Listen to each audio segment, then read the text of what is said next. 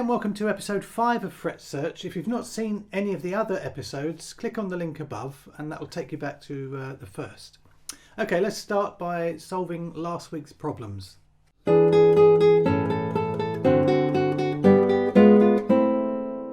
So this was the first of the two easy problems, and you've got some pretty basic chords here.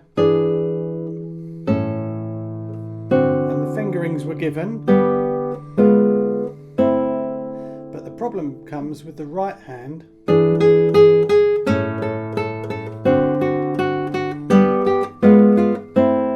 with that repeating pattern. So let's see what the right hand needs to do. I guess the natural instinct is to repeat A and M on those notes.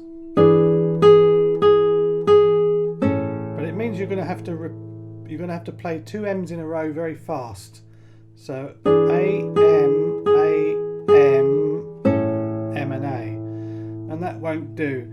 So this exercise I've given to get beginners used to using the I finger across on the first string, and you would think that it's a pretty uncomfortable way of playing, but actually it works really well. So you play it P, A and M, then you play the next note with I, then M, I, and then repeat the pattern.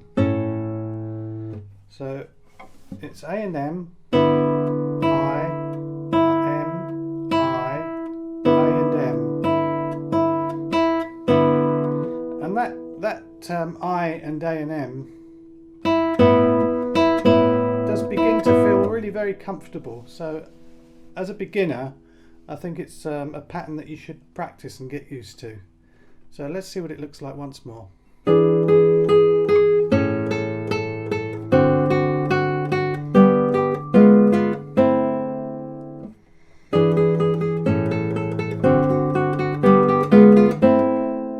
One more thing to think about as well, and that's stopping the bass notes. That makes it even harder, but if you're ready for that, then it comes after the A. You have to come back with the thumb and stop it after you've played the D. So that looks like this. Stop. Once more. Stop. And then it happens again. Stop the D. Okay, so you've got two bass stops there. So I'll play it through once very slowly and then once at speed.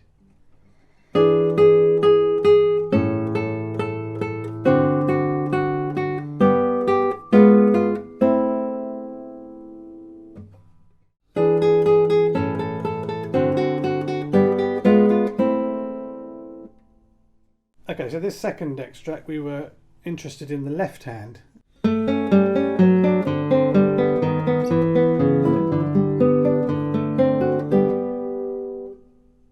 As I say, often I like to work in reverse. So let's look at the last complete bar, and you've got this.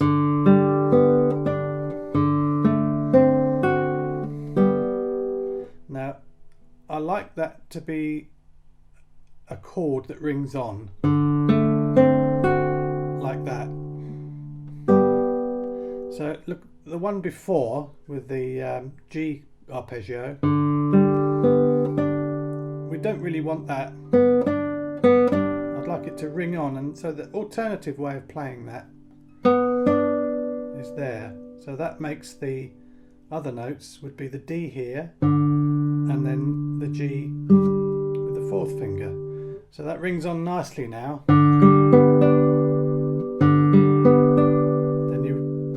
next chord, you can just slide 1 and 2 down. And fourth is free for the last chord. So I'll play that again. Once more. So if we look at the bar before there, we've got two open strings. We've got the D sharp and the B, and then we've got an E and a C sharp with a B flat and an E. Now that is going to be awkward to get onto that chord because we know we want to be here. So that's an awkward change.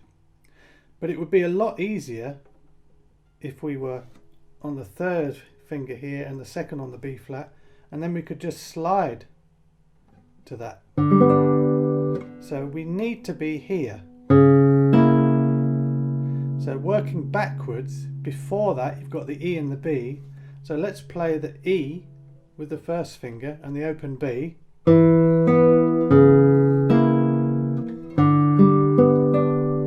you're where you want to be there.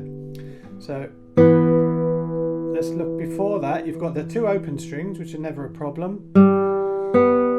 D sharp. But you know you want to be here. So you're going to have to slide the first finger. And that's the secret to make this little passage work. Sorry. Slide. 3 and 2. Slide again. Full chord. Come back. So there's only one little bit left to do. Is the first bar. Just like you would imagine. 1 and 2. Open and 2. Now bring 4 over this time, and 3 on the D. So don't go 3 and 2 because these are stronger fingers. I want you to 4 and 3, and that means that 1 is ready here for the C natural. And then we know where we're going after that. Open, slide. So you see how working backwards very often is a good way of finding out the best fingering. So I'm going to play it through once slowly and once at speed.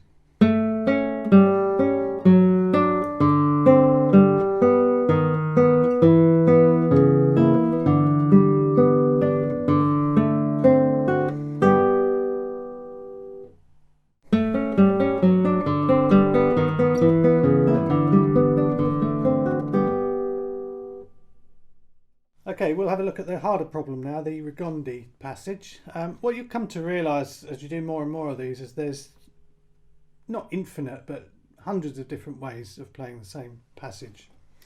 And often it's a case of using what works best for you individually as well, which I can't tell you. You'll have to work that one out for yourself. But again, let's work backwards here. Look at the last two crotchets.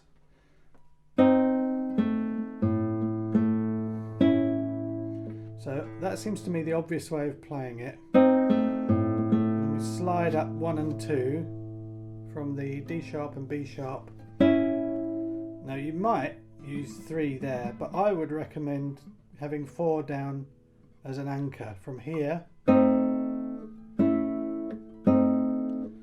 So 4 stays where it is. Okay, so that really feels comfortable to play. Now the difficulty is, if we look at the D chord before it, that's a nasty shift. So I'm going to look for a way of finding this chord easy to get onto. I need a finger to slide, and the only one I can see that would work is this one. If we slide it back to the A that you played just before that chord, and that means you're going to play the D with these fingers rather than the traditional way. We're going to play it as if we were going to bar it with a 3, a 4 and a 2. So that last little quaver before that accidental chord, and then you slide.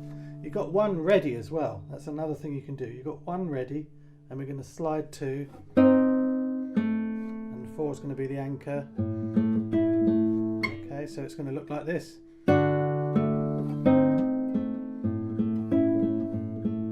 once more slowly. Now, what about the bit before then? There's an A7 chord. That's quite awkward, isn't it? To get from the traditional shape there to there. So again, I'm going to look for a finger that I can slide, a guide. And I would like to play the bar, but I'm going to use 3 on the G, and I'm going to slide it 1 fret down, and then we get this chord ready, and then prepare the one afterwards. So very slowly, slide 3, chord down, 1 prepared. Okay, so that's where we need to get. So let's work back again.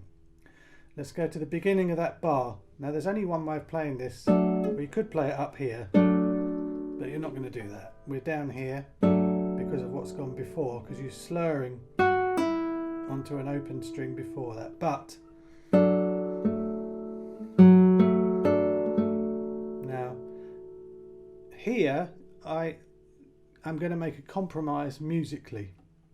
I'm going to cut this F sharp in the bass around about the 4th semiquaver in order that I can bring it across to there. And it is a compromise, but I bet you didn't notice it when you first heard the extract. So let's have a look at what it looks like. See?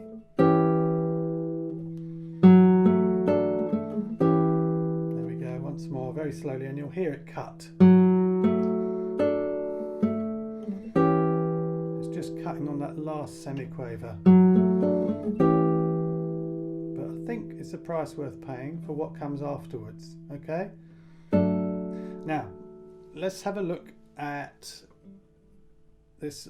We're working backwards again. The last crotchet of the next bar is pretty straightforward. So you want this F sharp to slur onto the open E, and you want an A and a C sharp below it. Now I think the best, most comfortable way of doing it is to play it with 2 and squeeze in 1 there with a 3 there. So it's a bit like the traditional A shape, but all down a string.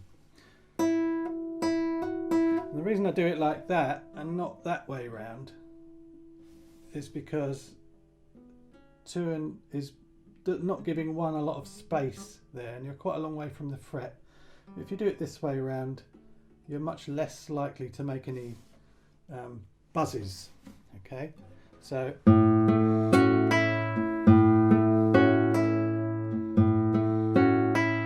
and 3 has come off, and it's now free to get the F sharp in the next bar.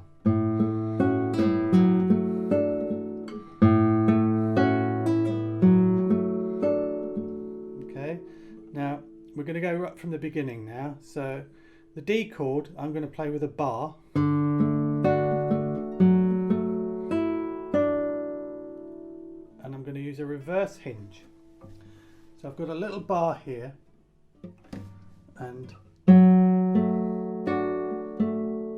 sorry, it starts with an open D, F sharp A, and now I'm going to lift the bar,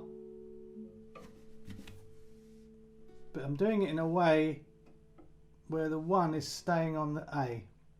It's a reverse hinge. The traditional hinges are that way around, so this way is hinging that way, so you're not actually replacing the first on the A. Okay, so that looks like this. Open. Now 2 is your anchor for this chord. Okay, and now it's nice to slide 3 back to there. Okay, and then we're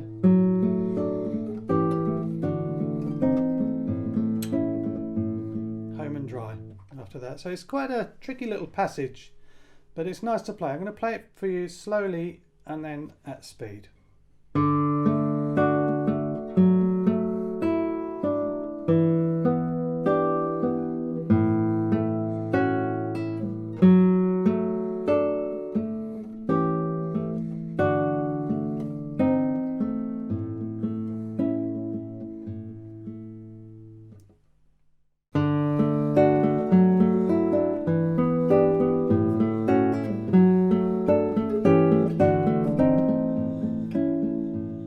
Okay, so this week I'm going to give you some easier problems because it's been pretty hard the last couple of weeks, especially for the upper level.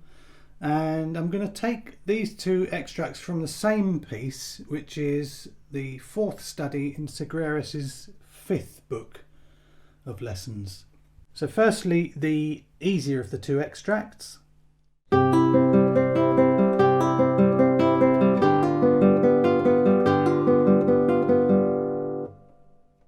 And this is the slightly harder one.